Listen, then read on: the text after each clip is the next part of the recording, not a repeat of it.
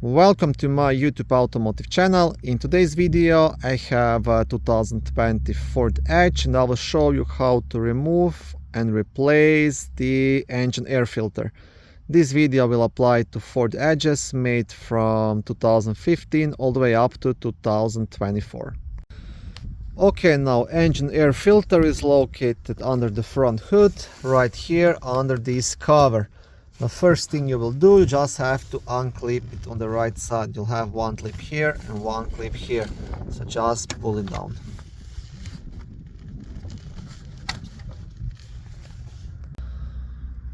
Once that is done, what you want to do next, you want to lift this part of the cover up and pull to the right side, because you will still have these clips. Okay, I will turn the flash on my phone, just a second.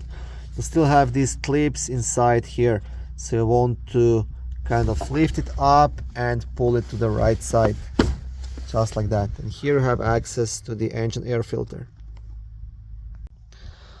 If for some reason you still can't reach it, then you can disconnect the map sensor and loosen up this flat screw right here and completely remove the cover. But that's not necessary because you have full access here. Okay, I will remove mine now. As you can see, mine is in a pretty rough shape. I just got this car off the car auction and I always change all the filters and oil on each car I get. So this is quite bad.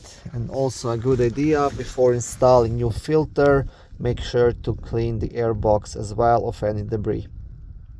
To install the new filter, just insert it in and attach this cover back, and that's everything you have to do.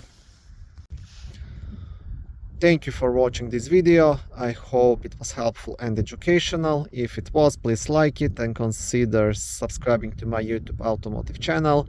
On my channel there is lots of how-to videos, do-it-yourself videos, car reviews, product reviews and other similar automotive topics.